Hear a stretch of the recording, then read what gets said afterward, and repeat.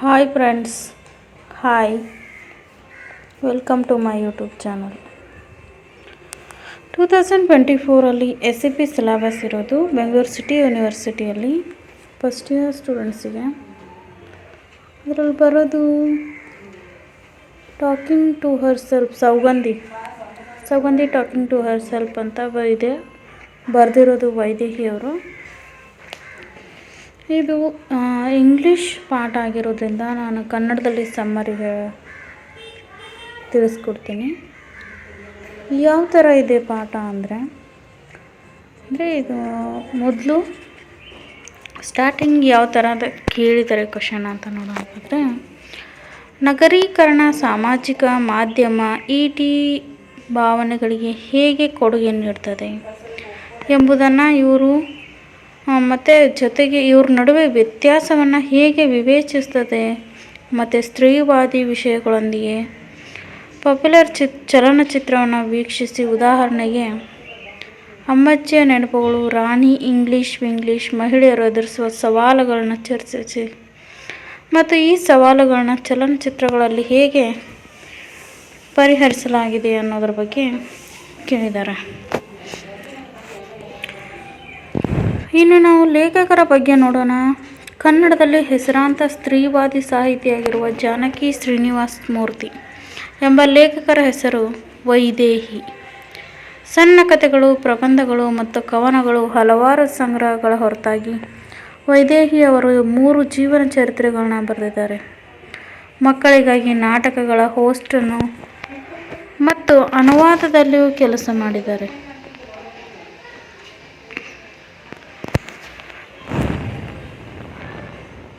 ಕ್ರೌಂಚ ಪಕ್ಷಿಗಾಲು ಎಂಬ ಸಣ್ಣ ಕಥೆಗಳ ಸಂಗ್ರಹಕ್ಕಾಗಿ ಸಾಹಿತ್ಯ ಅಕಾಡೆಮಿ ಪ್ರಶಸ್ತಿ ಪಡೆದ ಕನ್ನಡದ ಅತ್ಯಂತ ಯಶಸ್ವಿ ಬರಹಗಾರರಲ್ಲಿ ಒಬ್ಬರಾಗಿ ಉಳಿದಿರೋದು.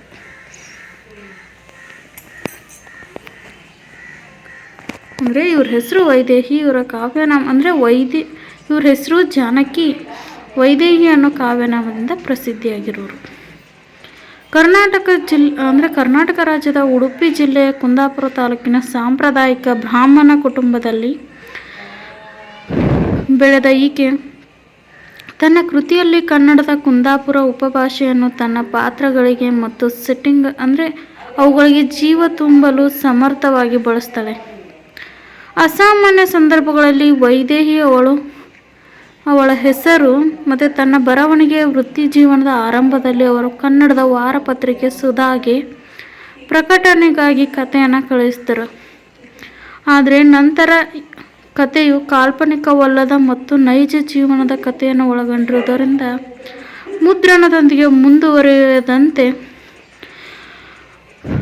ಪ್ರಕಾಶಕರನ್ನು, ಆದರೆ ಸಂಪಾದಕರನ್ನು, ಲೇಖಕರ ಹೆಸರನ್ನು ಬದಲಾಯಿಸುವ ಮೂಲಕ ಪ್ರಕಟಣೆಯೊಂದಿಗೆ ಮುಂದುವರಿದರು. ವೈದೇಹಿ ಈ ಹೆಸರು ಅವಳ ನಂತರದ ಬರಹಗಳಲ್ಲಿ ಅಂಟಿಸಿಕೊಂಡಿತು ಮತ್ತು ಅವರು ಜನಪ್ರಿಯಗೊಳಿಸಿದರು. ಇನ್ನು ಅನುವಾದದ ಬಗ್ಗೆ ನಾವು ನೋಡೋದಾದರೆ, ತೇಜಸ್ವಿನಿ ನಿರಂಜನ ಅವರು ಪ್ರಾಧ್ಯಾಪಕರು, ಸಾಂಸ್ಕೃತಿಕ ಸಿದ್ಧಾಂತ, ಅನುವಾದಕ ಮತ್ತು ಲೇಖಕರಾಗಿದ್ದವರು. ಬೆಂಗಳೂರಿನ ಸಂಸ್ಕೃತಿ ಮತ್ತು ಸಮಾಜದ ಇಲಾಖಾ ಕೇಂದ್ರದಲ್ಲಿ ಸಹ ಸಂಸ್ಥಾಪಕ ಮತ್ತು ಹಿರಿಯ ಸಹೋದ್ಯೋಗಿಯಾಗಿರುವುದರ ಹೊರತಾಗಿ ಅವರ ಪರಿಣತಿಯ ಕ್ಷೇತ್ರವು ಸಂಸ್ಕೃತಿಯನ್ನು ಒಳಗೊಂಡಿದೆ. ಸ್ಟಡೀಸ್, ಲಿಂಗ ಅಧ್ಯಯನಗಳು, ಅನುವಾದಗಳು ಮತ್ತು ಜನಾಂಗಶಾಸ್ತ್ರ. ನಿರಂಜನ ಪತ್ರಗಳು ಕುಟುಂಬದಿಂದ ಬಂದವರು. ಆಕೆಯ ತಂದೆ ನಿರಂಜನ್ ಕನ್ನಡ ನಾಟಕಕಾರ ಮತ್ತು ಕಾದಂಬರಿಕಾರ. ತಾಯಿ ಅನುಪಮಾ ನಿರಂಜನ ಲೇಖಕಿಯವರು ಕೂಡ. ನಿರಂಜನ ಅವರು ಪ್ರಸಿದ್ಧ ಭಾಷಾಂತರಕಾರರಾಗಿದ್ದು 1994ರಲ್ಲಿ ಅತ್ಯುತ್ತಮ ಅನುವಾದಕ್ಕಾಗಿ ಕರ್ನಾಟಕ ಸಾಹಿತ್ಯ ಅಕಾಡೆಮಿ ಪ್ರಶಸ್ತಿಯನ್ನು ಗೆದ್ದಿದ್ದಾರೆ.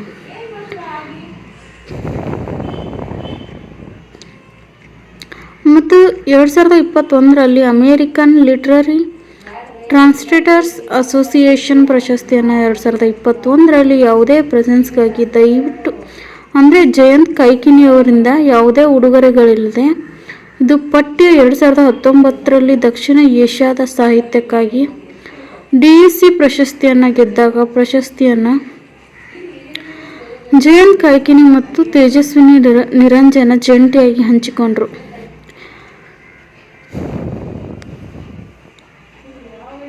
ಇನ್ನು ಪಾಠದ ಬಗ್ಗೆ ನೋಡೋದಾದರೆ, ಸೌಗಂಧಿ ತನ್ನೊಂದಿಗೆ ಮಾತನಾಡೋದು ಅಥವಾ ಸೌಗಂಧಿಯ ಸ್ವಾಗತಾಟಗಳು ಅದರ ಮೂಲ ಕನ್ನಡದಲ್ಲಿ ತೇಜಸ್ವಿನಿ ನಿರಂಜನ ಎಂದು ಅನುವಾದಿಸಲಾಗಿದೆ.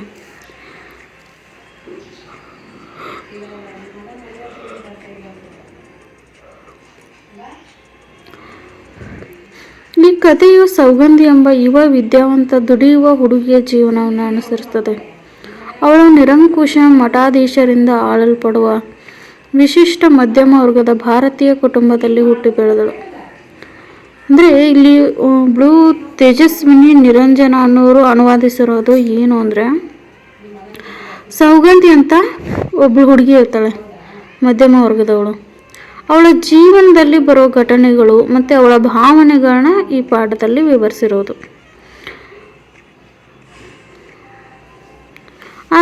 ಸೌಗಂಧಿಯ ಹೆತ್ತವರು ಉದಾರವಾದಿಗಳಾಗಿರುವಂತೆ ತೋರುತ್ತಿದ್ದರೂ ಮದುವೆಯ ಮಾರುಕಟ್ಟೆಯಲ್ಲಿ ಸೌಗಂಧಿಯ ಅರ್ಹತೆಯನ್ನು ಹೆಚ್ಚಿಸುವ ಹಿನ್ನೆಲೆಯಲ್ಲಿ ಇದೆಲ್ಲವೂ ಶೀಘ್ರದಲ್ಲೇ ಸ್ಪಷ್ಟವಾಗ್ತದೆ.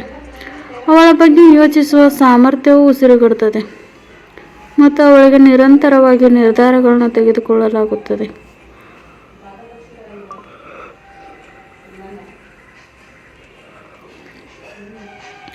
ಉದಾಹರಣೆಗೆ, ಆಕೆಯ ತಂದೆ ನಮ್ಮ ಜಾತಿಯವರನ್ನು ಪ್ರೀತಿಸಿ ಅವನಿಗೆ ಯೋಗ್ಯವಾದ ಕೆಲಸ ಇರುವವರಿಗೆ ಅದು ಸರಿಯಾಗಿದೆ ದಾರಿ ಅಂದರೆ ಈ ಥರ ಮದುವೆ ವಿಷಯದಲ್ಲಿ ಯಾವ ಥರ ನಿರ್ಧಾರ ತಗೋತಿದ್ರು ಅಂತ. ಇದು ಪ್ರಗತಿಪರ ಮತ್ತು ಉದಾರವಾದಿಯಾಗಿ ಬರಬಹುದಾದರೂ ಇದು ಸ್ಪಷ್ಟವಾಗಿ ಅಂತರ್ಜಾತೀಯ ಚೌಕಟ್ಟಿನೊಳಗೆ ನೆಲೆಗೊಂಡಿತ್ತು. ಸೌಗಂಧಿ ತನ್ನ ಜೀವನವನ್ನು ತನ್ನದೇ ಆದ ರೀತಿಯಲ್ಲಿ ಬದುಕಲು ಮತ್ತು ತನ್ನ ಮನಸ್ಸನ್ನು ಆಳುವ ನೈಸರ್ಗಿಕ ಆಸೆಗಳನ್ನ ಆನಂದಿಸಲು ತುಂಬ ಪರಾಕಾಷ್ಠೆ ಮತ್ತು ಆಕೆಯ ಪೋಷಕರು ಆಕೆಯ ವಿಧೇಯತೆ, ನೈತಿಕ ಸ್ವಭಾವ ಮತ್ತು ಪಾತ್ರವನ್ನು ಆದರ್ಶಪ್ರಾಯವಾಗಿ ಆದರ್ಶ ಮಹಿಳೆಯ ಮಾದರಿಗೆ ಸೀಮಿತಗೊಳಿಸಬೇಕು ಅಂತ ನೆನಪಿಸ್ತಾರೆ.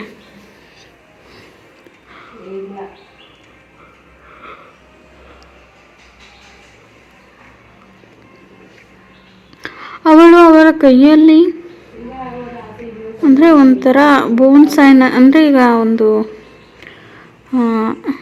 ಒಂಥರ ಹಿಡಿತದಲ್ಲಿರೋ ಹಾಗೆ ಇರ್ತಾಳೆ. ಅದು ಅವರ ಆಸೆಗೆ ಅನುಗುಣವಾಗಿ ಅವಳನ್ನ ರೂಪಿಸ್ತದೆ. ಅಂದರೆ ಈಗ ಒಂಥರ ಪಂಜರದ ಗಿಳಿ ಥರ ತಗೋಬೋದು. ಎಕ್ಸಾಂಪಲ್ ಆಗಿ ತಗೊಳ್ಳೋದಾದರೆ ಅರ್ಥ ಮಾಡ್ಕೊಳ್ಳೋಕ್ಕೋಸ್ಕರ ಅವಳು ಬೆಳೆಯುತ್ತಿರುವಂತೆ ಮತ್ತು ಪ್ರವರ್ಧಮಾನಕ್ಕೆ ಬರುತ್ತಿರುವಂತೆ ತೋರ್ತದೆ. ಆದರೆ ವಾಸ್ತವದಲ್ಲಿ ಅವಳು ಸಂಯಮದಿಂದ ಮತ್ತು ಕುಂಠಿತಳಾಗಿದ್ದಾಳೆ. ಉದ್ಯೋಗ ವರ್ಗಾವಣೆಯು ತನ್ನ ಸುತ್ತಲಿನ ಪ್ರಪಂಚವನ್ನು ಅನ್ವೇಷಿಸದಿದ್ದಲ್ಲಿ ತನಗೆ ದೈಹಿಕ ಮತ್ತು ಮಾನಸಿಕ ಸ್ಥಳವನ್ನು ನೀಡುತ್ತದೆ ಎಂದು ಸೌಗಂಧಿ ಆಶಿಸುತ್ತಾಳೆ. ಆದರೆ ಆಕೆಯ ಪೋಷಕರು ಪ್ಯಾನೋಪ್ಟಿಕನ್ ತರಹದ ರಕ್ಷಕನಾಗಿ ಕಾರ್ಯನಿರ್ವಹಿಸುವ ಭೂಮಾತೆ ಇದ್ದಾರೆ ಎಂದು ಭರವಸೆ ನೀಡುವ ಮೂಲಕ ಪೂರ್ವಭಾವಿಯಾಗಿ ಸೌಗಂಧಿ ಅಂತಿಮವಾಗಿ ಜಾತಿ, ಲಿಂಗ ಮತ್ತು ಕುಟುಂಬದ ಒತ್ತಡದಿಂದ ಮುಕ್ತರಾಗಲು ಸಾಧ್ಯವಾಗುತ್ತದೆ. ಸಣ್ಣ ಕಥೆಯು ನಿರೂಪಣೆಯ ಭಾಗಗಳು ಮತ್ತು ಸೌಗಂಧಿಯವರ ಆಲೋಚನೆಗಳು ಮತ್ತು ಭಾವನೆಗಳು ಸ್ವಗತಗಳ ಮೂಲಕ ವ್ಯಕ್ತಪಡಿಸುತ್ತದೆ. ಸ್ವಗತಗಳು ಸಾಹಿತ್ಯಿಕ ರೂಪವಾಗಿದ್ದು ಪಾತ್ರವು ಒಬ್ಬರ ಆಲೋಚನೆಗಳನ್ನ ಗಟ್ಟಿಯಾಗಿ ಮಾತನಾಡುತ್ತದೆ.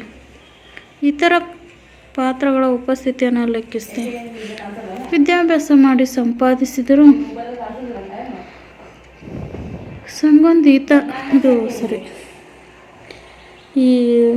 ಸೌಗಂಧಿ ಇದ್ದಾಳಲ್ಲ, ತನ್ನ ದಬ್ಬಾಳಿಕೆಗಾರನ ಎದುರಿಸಿದರಲ್ಲೂ ಆಯ್ಕೆ ಮಾಡ್ತದೆ.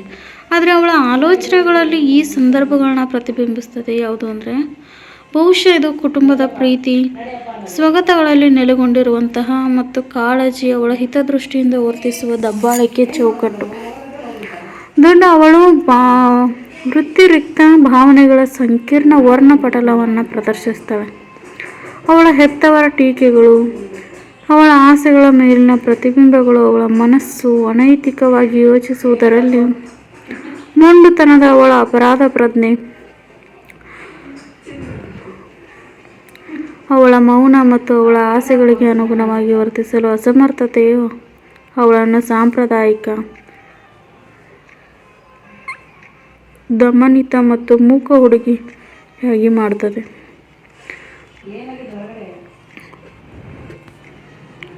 ಸೌಗಂಧಿ ಹೊಸ ಮಹಿಳೆಯ ಚಿತ್ರಣವನ್ನು ಪ್ರತಿನಿಧಿಸುತ್ತದೆ, ಏಕೆಂದರೆ ಅವಳು ಮಹಿಳೆಯರಿಗೆ ನಿಷೇಧಿತ ಫಲವನ್ನು ನೀಡುವ ಆಸೆಗಳ ಬಗ್ಗೆ ಯೋಚಿಸಲು ಧೈರ್ಯ ಮಾಡ್ತಾಳೆ. ಪುರುಷನ ಮೇಲಿನ ಅವಳ ಹಂಬಲ, ದೈಹಿಕ ಸಂತೋಷಗಳಲ್ಲಿ ಪಾಲ್ಗೊಳ್ಳುವ ಅವಳ ಆಸೆಗಳು ಭಾರತೀಯ ಮಹಿಳೆಯರಲ್ಲಿ ಸಂಭವಿಸುವ ಬದಲಾವಣೆಯ ಸಂಕೇತವಾಗಿದೆ. ಸ್ವತಂತ್ರ ಸ್ತ್ರೀವಾದಿ ಆಚರಣೆಗಳು ಮತ್ತು ಆರ್ಥಿಕ ಸ್ವಾತಂತ್ರ್ಯಗಳು ಇನ್ನೂ ಭಾರತದಲ್ಲಿ ಬೆರಳೆಣಿಕೆಯಷ್ಟು ಮೇಲ್ವರ್ಗದ ಮತ್ತು ಮೇಲ್ಜಾತಿಯ ಮಹಿಳೆಯರು ಅನುಭವಿಸುತ್ತಿರುವ ಐಷಾರಾಮಿ ಎಂದು ಕಥೆಯು ನಮಗೆ ನೆನಪಿಸುತ್ತದೆ. ಬಹುಪಾಲು ಮಧ್ಯಮ ವರ್ಗದ ಮಹಿಳೆಯರು ಇನ್ನೂ ಅಂಚಿನಲ್ಲಿರುವ ಮತ್ತು ಮಾನವನಂತೆ ಬದುಕುವ ಹಕ್ಕನ್ನು ಅಭಾವದಿಂದ ಬಲಿಪಶು ಮಾಡಲಾಗ್ತದೆ. ಸೌಗಂಧಿಯ ಸಾಂಪ್ರದಾಯಿಕ ಮಹಿಳೆಯಂತೆ ಅಲ್ಲ, ಆದರೆ ಒಬ್ಬ ವ್ಯಕ್ತಿಯಂತೆ ಯೋಚಿಸಲು ಧೈರ್ಯವಿರುವ ಹೊಸ ಮಹಿಳೆಯ ಚಿತ್ರಣಕ್ಕಾಗಿ ನಿಂತಿದೆ.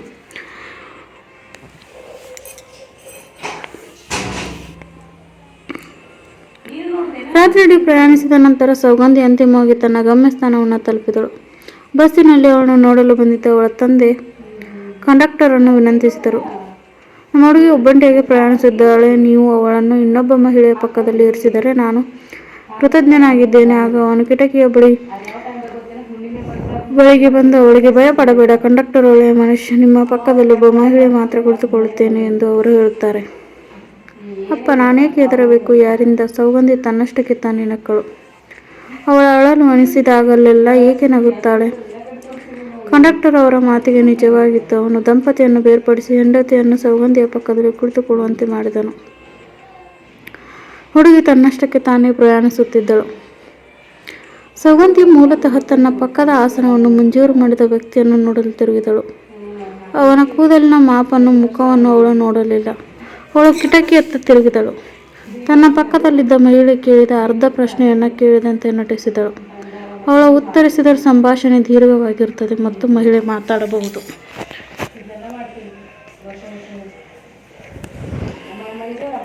ಬೆಳಗ್ಗೆ ಈ ಹುಡುಗಿ ತನ್ನ ಮಾತನ್ನು ಕೇಳಲು ಬಯಸುವುದಿಲ್ಲ ಎಂದು ತಿಳಿಯಲಿಲ್ಲ. ರಾತ್ರಿ ಆಕಾಶದಲ್ಲಿ ಚಂದ್ರ ಇತ್ತು. ಸೌಗಂಧಿ ಚಂದ್ರನನ್ನು ನೋಡುತ್ತಾ ಕುಳಿತಳು. ಅದು ಹೆಚ್ಚು ಅರ್ಧ ಒಂದು ಚಂದ್ರ ಬಸ್ ಹಿಡಿಯಲು ಓಡುತ್ತಿರುವಂತೆ ತೋರುತ್ತಿತ್ತು. ಎಷ್ಟೇ ಓಡಿದರೂ ತಲುಪಲು ಸಾಧ್ಯವಾಗದ ಬಸ್ಸು. ಅವನು ಬಸ್ ಹಿಡಿಯದೆ ಮುಳುಗುತ್ತಿದ್ದನು ಮತ್ತು ಅವಳು ಓಡುತ್ತಲೇ ಇರಬೇಕು. ಅವಳು ಒಬ್ಬಂಟಿಯಾಗಿ ಯಾರನ್ನೂ ಗಮನಿಸದೆ ಕನಿಷ್ಠ ಈಗ ಅವಳು ಕಣ್ಣೀರಿನ ರಚನೆಯನ್ನು ಅನುಭವಿಸಿದಳು. ಅಥವಾ ಅದು ಮಳೆಹನಿಯೇ ಅವಳ ಕಣ್ಣು ಒರೆಸಿದಳು. ಅವಳಿಗಾಗಿ ಬಾಡಿಗೆಗಾಗಿ ಪಡೆದಿದ್ದ ಮನೆ ಕಾದಿತ್ತು. ಅದರ ಸುತ್ತಲೂ ಇನ್ನೂ ಅನೇಕ ವಾಸಸ್ಥಾನಗಳಿದ್ದರೂ ಈ ಬೀಗ ಹಾಕಿದ ಮನೆ ಯಾರಿಗಾದರೂ ಕಾಯುತ್ತಿರುವಂತೆ ತೋರುತ್ತಿದೆ. ಸೌಗಂಧಿ ಬಾಗಿಲನ್ನು ತೆರೆಯುತ್ತಿದ್ದಂತೆ ಅವಳು ಸಹ ಸುಮ್ಮನಿರಲು ಹೇಳಿದರೆ ಅವಳು ಹೇಗೆ ನಿಲ್ಲುವಳು ಎಂದು ಯೋಚಿಸಿದಳು. ಅವಳಿಗೆ ಒಳಗೆ ಮಾಡಲು ಏನೂ ಇರಲಿಲ್ಲ. ಅವಳ ಆಗಮನಕ್ಕೆ ಎಲ್ಲವನ್ನೂ ಸಿದ್ಧಪಡಿಸಲಾಗಿತ್ತು. ಇದು ಎಲ್ಲ ಸ್ವಚ್ಛ ಮತ್ತು ಅಚ್ಚುಕಟ್ಟಾಗಿ ದೃಷ್ಟಿಯಲ್ಲಿ ಇತ್ತು. ಸೌಗಂಧಿ ಇಡೀ ದಿನ ಕಳೆಯಲು ಎದುರು ನೋಡುತ್ತಿದ್ದರು. ಧೂಳಿಪಟ ಒರೆಸುವ, ಸ್ಕ್ರಾಬ್ ಮಾಡುವ ಗದ್ದಲ. ಆದರೆ ಇದು ಸಹ ಅವಳನ್ನು ನಿರಾಕರಿಸಿತು. ಅವರ ಮನೆ ಮಾಲೀಕತ್ವದ ವಿಧವೆ ಎಲ್ಲ ವ್ಯವಸ್ಥೆಗಳನ್ನು ವಿಶೇಷ ಕಾಳಜಿಯಿಂದ ಮಾಡಿದ್ದರು, ಏಕೆಂದರೆ ಹುಡುಗಿ ಒಬ್ಬಳೇ ಮತ್ತು ಬೇರೆ ಊರಿನಿಂದ ಬರುತ್ತಿದ್ದಳು ಅಂತ. ಸೌಗಂಧಿಯವರು ಮನೆಗೆ ವ್ಯವಸ್ಥೆ ಮಾಡಲು ಮೊದಲೇ ಇಲ್ಲಿಗೆ ಬಂದಾಗ ಆ ಮಹಿಳೆಯು ಸ್ಥಳವನ್ನು ಸ್ವಚ್ಛಗೊಳಿಸಲು ಮತ್ತು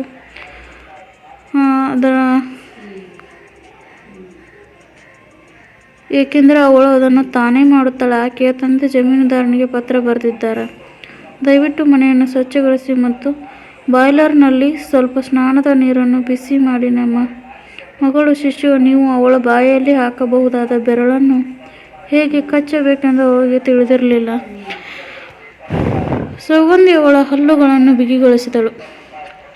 ಅವರು ಮನೆಯನ್ನು ನೋಡಲು ಬಂದಾಗ ಅವಳ ತಂದೆ ಅವನ ಕಥೆಯನ್ನು ಸುರಿದರು.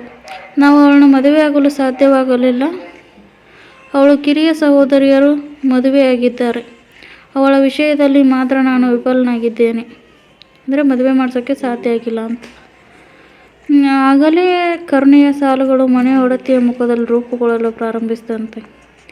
ಸಂತೃಪ್ತನಾದ ತಂದೆ ಮುಂದುವರಿಸಿದ, ನೀವು ನಿಮ್ಮ ಮುಂದೆ ಹುಡುಗಿಯನ್ನು ನೋಡುತ್ತೀರಿ. ಅವಳಲ್ಲಿ ಏನು ಕೊರತೆ ಇದೆ, ಆದರೆ ಇದು ಏಕೆ ಸಂಭವಿಸಿತು?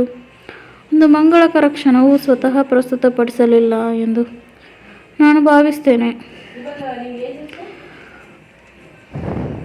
ನಾನು ಅವಳಿಗೆ ನಮ್ಮ ಜಾತಿ ಯಾರನ್ನಾದರೂ ಪ್ರೀತಿಸಲು ಮತ್ತು ನಾವು ದಾರಿಯಲ್ಲಿ ಬರುವುದಿಲ್ಲ ಎಂದು ಹೇಳಿದೆ. ನಾವು ಅದ್ದೂರಿ ಮದುವೆ ಆಗುತ್ತೆ. ಅಪ್ಪ ನಕ್ಕರು. ಅವರೆಲ್ಲರೂ ಮುಗುಳು ನಕ್ಕರು. ಆದರೆ ಸಾಮಾನ್ಯವಾಗಿ ಅಳುವಾಗ ನಕ್ಕ ಸೌಗಂಧಿ ಈ ಬಾರಿ ಕಣ್ಣು ಮಿಟುಕಿಸಲಿಲ್ಲ. ಅವಳನ್ನು ಇಲ್ಲಿ ಒಂಟಿಯಾಗಿ ಬಿಟ್ಟಿದ್ದಕ್ಕೆ ನನಗೆ ಬೇಸರವಾಗಿದೆ. ಆದರೆ ಅವಳು ನಮ್ಮ ಊರ ಬಿಟ್ಟು ಹೋಗಬೇಕೆಂದು ಒತ್ತಾಯಿಸುತ್ತಾಳೆ. ಅವಳು ಅದೇ ಸ್ಥಳದಲ್ಲಿ ಉಳಿಯಲು ಆಯಾಸಗೊಂಡಿದ್ದಾಳೆ ಎಂದು ಹೇಳ್ತಾರೆ. ಅವಳು ವರ್ಗಾವಣೆಯನ್ನು ಸಹ ಪಡೆದಿದ್ದಾಳೆ. ಈಗ ಅಮ್ಮ, ನೀವು ಅವಳಿಗೆ ತಾಯಿ ಮತ್ತು ತಂದೆ ಎರಡೂ ಆಗಿರಬೇಕು. ವಯಸ್ಸಾದ ಮಹಿಳೆ ತನ್ನ ಹೃದಯವು ಈಗಾಗಲೇ ಕರಗಿದೆ ಎಂದು ಸೂಚಿಸುತ್ತಾರೆ.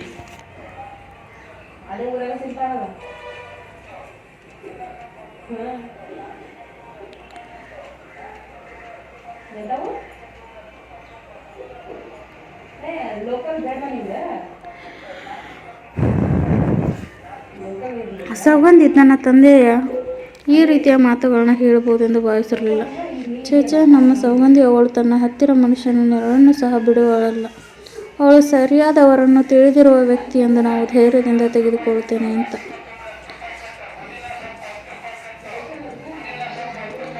ಇದೀಗ ಅಂದರೆ ಮನೆ ಒಡತಿಯ ಮಗಳು ಗರ್ಭಿಣಿ ಅಂತೆ. ಅವರು ಮನೆಯಲ್ಲಿದ್ದಾಳೆ.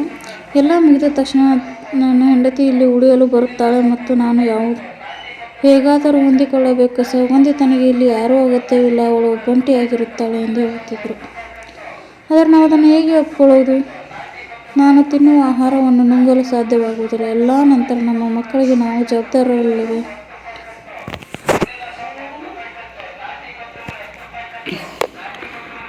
ವಿಧವೆಯು ಸೌಗಂಧಿಗೆ ಮನೆಯನ್ನು ಬಿಡಲು ಸಂತೋಷದಿಂದ ಒಪ್ಪಿಕೊಂಡಳು. ಅವಳು ಮನೆಗೆ ಹಿಂದಿರುಗಿದಾಗ ತಂದೆ ತನ್ನ ಹೆಂಡತಿಗೆ ಹೇಳಿದರು, ನೀವು ಸ್ವಲ್ಪನೂ ಚಿಂತಿಸಬೇಕಾಗಿಲ್ಲ. ಸೌಗಂಧಿ ಇಲ್ಲಿ ಸುರಕ್ಷಿತವಾಗಿರ್ತಾರೆ ಅಂತ ಮನೆ ಒಡತಿ ಜೊತೆ ಒಳ್ಳೆ ರೀತಿಯಲ್ಲಿ ಮಾತಾಡ್ತಾರೆ.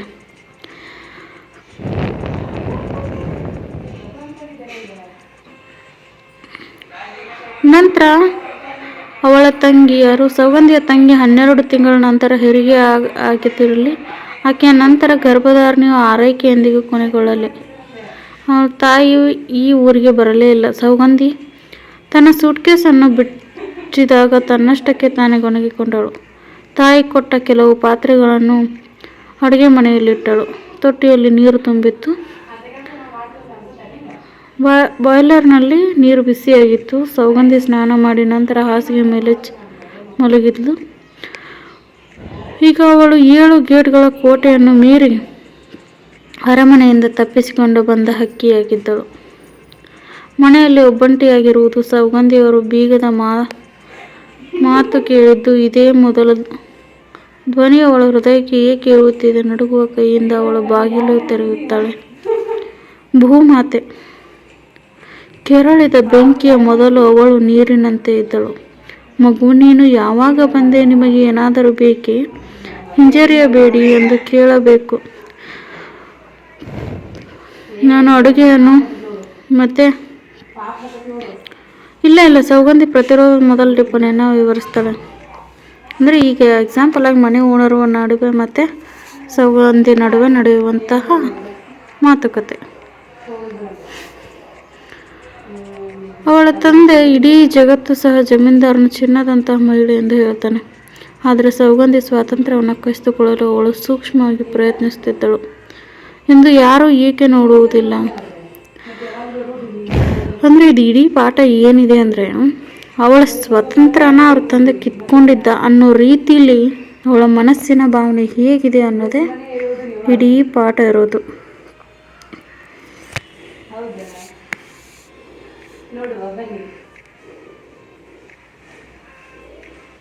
ಹಾಗೆ ಅವಳು ತನ್ನ ಜೊತೆ ತಾನು ಮಾತಾಡ್ತಾ ಮುಂದುವರಿತಾ ಹಾಗೆ ಹೋಗ್ತಾಳೆ.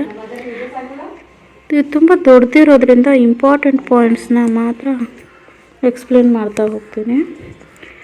ಅಂಜಲಿ ಏಕೆ ತುಂಬ ದೃಢವಾಗಿ ಸ್ವತಂತ್ರಳಾಗಿದ್ದಳು? ಅವಳು ಯಾಕೆ ಹೀಗೆ ಇದ್ದಳು? ಈ ವಿಷಯಗಳು ಮಾನಸಿಕ ಮಿತಿಗಳಿಗೆ ಸಂಬಂಧಿಸಿವೆ.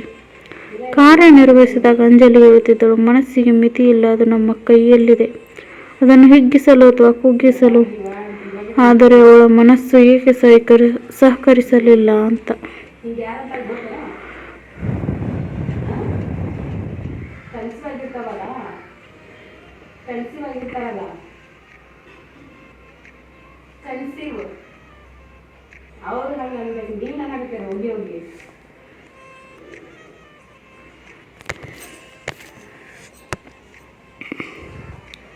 ಇಲ್ಲಿ ಸೌಗಂಧಿ ಏನು ಹೇಳ್ತಾಳೆ ಅಂದರೆ, ಇದೆಲ್ಲನೂ ಹೇಗಿದೆಯಲ್ಲ ಈ ಸ್ವತಂತ್ರದ್ದು ನಿಧಾನವಾಗಿ, ಅಂದರೆ ಸುಮ್ಮನೆ ಇದು ಹೀಗೆ ದಿನ ಮುಂದುವರಿತಾ ಇರುತ್ತೆ.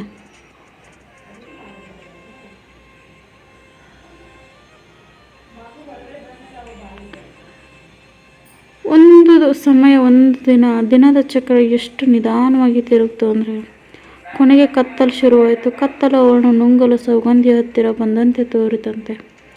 ಅವಳ ರಾತ್ರಿಯ ಹೆಜ್ಜೆಗಳು ಕೇಳುತ್ತಾ, ಶಬ್ದವು ಕೃಷ್ಣ ಉಪಸ್ಥಿತಿಯನ್ನು ಸೂಚಿಸುವ ಸಮಯದಲ್ಲಿ ಅವಳು ಹುಟ್ಟಿದ್ದರೆಂದು ಅವಳು ಬಯಸಿದ್ದಳು. ಅವಳಿಗೆ ಕೊಳಲಿನ ಶಬ್ದವನ್ನು ಕೇಳಲು ಸಾಧ್ಯವಾಗಲಿಲ್ಲ. ಇತರ ಶಬ್ದಗಳು, ಹಾಗಾಗಿ ಅವಳು ಯಾವುದೇ ಶಬ್ದವಿಲ್ಲದೆ ಶುಷ್ಕ ದಿನಗಳು ಹೊಂದಿದ್ದಳು. ನಿಧಾನವಾಗಿ ಅವಳ ಕಣ್ಣು ರೆಪ್ಪೆಗಳು ಮುಚ್ಚಿದವು. ಬಹುಶಃ ಅವಳ ದಿನವಿಡೀ ಆಲೋಚನೆಗಳಿಂದ ದಣಿದ ಅವಳು ಚೆನ್ನಾಗಿ ಮಲಗಿದ್ಲು. ಬೆಳಗಿನ ಜಾವ ಸುಮಾರು 5 ಗಂಟೆಗಿದ್ದಿರಬಹುದು. ಬಾಗಿಲು ತಟ್ಟಿತು. ಸೌಗಂಧಿ ಎಚ್ಚರಗೊಂಡು ಹಾಸಿಗೆಯಲ್ಲಿ ಕುಳಿತುಕೊಂಡಳು. ಇಡೀ ದಿನ ಅವಳು ಈ ಧ್ವನಿಗಾಗಿ ಕಾಯುತ್ತಿರಲಿಲ್ಲವೇ? ಕೊನೆಗೆ ಅವಳ ಬಾಗಿಲು ಬೆಳಗಿನ ಮಂಜಿನಲ್ಲಿ ಯಾರೋ ಆಗಮನವನ್ನು ಸೂಚಿಸುತ್ತದೆ. ಈ ಶಬ್ದವನ್ನು ಕೇಳಲು ಯುಗಾಶ್ರಮಗಳು ಹಸಿವಿನಿಂದ ಸೌಗಂಧಿ ಮತ್ತೊಮ್ಮೆ ನಾಕನನ್ನು ಕೇಳಲು ಬಯಸುತ್ತಾ ಮಲಗಿದಳು.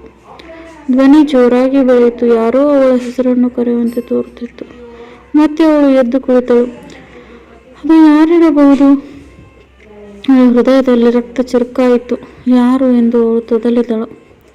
ಕುಡಿದ ಅಮಲಿನಂತೆ ಬಾಗಿಲಿಗೆ ಬಂದ ತನ್ನ ಎಲ್ಲ ನಿರೀಕ್ಷೆಗಳನ್ನು ಒಟ್ಟುಗೂಡಿಸಿ ಅವಳು ನಿಧಾನವಾಗಿ ಬಾಗಿಲು ತೆರೆದಳು.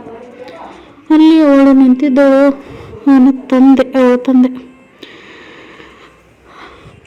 ಅವಳ ತಂದೆ ಮತ್ತೆ ತಂದೆ ಹಿಂದೆ, ಅಂದರೆ ಅವನ ಹಿಂದೆ ಅವಳ ತಾಯಿ. ಸೌಗಂಧಿ ಅಳಲಿಲ್ಲ, ಸೌಗಂಧಿ ನಗಲಿಲ್ಲ. ಮನೆಯ ಎದುರಿನ ಬೀದಿಯಲ್ಲಿ ರಾತ್ರಿಯೇ ವಿಷಹಾರವಂತೆ. ಇದನ್ನು ತೇಜಸ್ವಿನಿ ನಿರಂಜನ ಅವರು ಅನುವಾದಿಸಿರೋದು.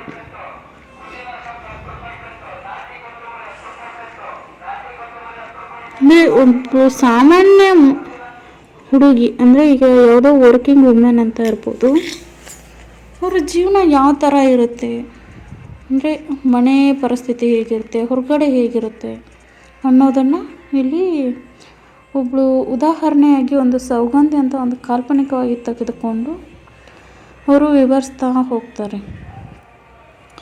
ವಿಡಿಯೋನ ಯಾರೆಲ್ಲ ಹೊಸದಾಗಿ ನೋಡ್ತಾ ಇದ್ದೀರಾ, ಪ್ಲೀಸ್ ಸಬ್ಸ್ಕ್ರೈಬ್ ಮಾಡಿ. ಮತ್ತು ನಿಮ್ಮ ಫ್ರೆಂಡ್ಸ್ ಯಾರೆಲ್ಲ ಓದ್ತಿದ್ದಾರೆ, ಹಾಗೆ ಇದು ಕತೆ ಕೂಡ ತುಂಬ ಇಂಟ್ರೆಸ್ಟಿಂಗ್ ಆಗಿದೆ. ನಿಮ್ಮ ಫ್ರೆಂಡ್ಸ್ ಕೂಡ ಯಾರೆಲ್ಲ SFP ಸಿಲೆಬಸಲ್ಲಿ ಬೆಂಗಳೂರು ಸಿಟಿ ಯೂನಿವರ್ಸಿಟಿಲಿ ಓದ್ತಿದ್ದಾರೆ ಅವರಿಗೆಲ್ಲ ಶೇರ್ ಮಾಡಿ. ಇಷ್ಟ ಆದರೆ ಲೈಕ್ ಮಾಡಿ. ಮತ್ತು ಪಾಠಗಳಷ್ಟೇ ಅಲ್ಲದೆ UPSC ಪ್ರಿಪ್ರೇಷನ್ ಕೂಡ ಈ ಚಾನಲಲ್ಲಿರುತ್ತೆ. ಯಾವುದೇ ರೀತಿಯಾದಂಥ UPSC ಕ್ವಶನ್ ಬಗ್ಗೆ ಆಗಲಿ, ಇನ್ಯಾವುದಾದ್ರೂ ಸಿಲೆಬಸ್ ಟಾಪಿಕ್ ಬಗ್ಗೆ ಆಗಲಿ, ಯಾವುದಾದ್ರೂ ಚಾಪ್ಟರ್ ಅರ್ಥ ಆಗಲಿಲ್ಲ ಅಂದರೆ ಅದ್ರ ಬಗ್ಗೆ ಆಗಲಿ, ಏನಾದರೂ ವಿಷಯ ಡೌಟ್ ಇದ್ದರೆ ಕಮೆಂಟಲ್ಲಿ ತಿಳಿಸಿ. So thank you for all watching. Thank you.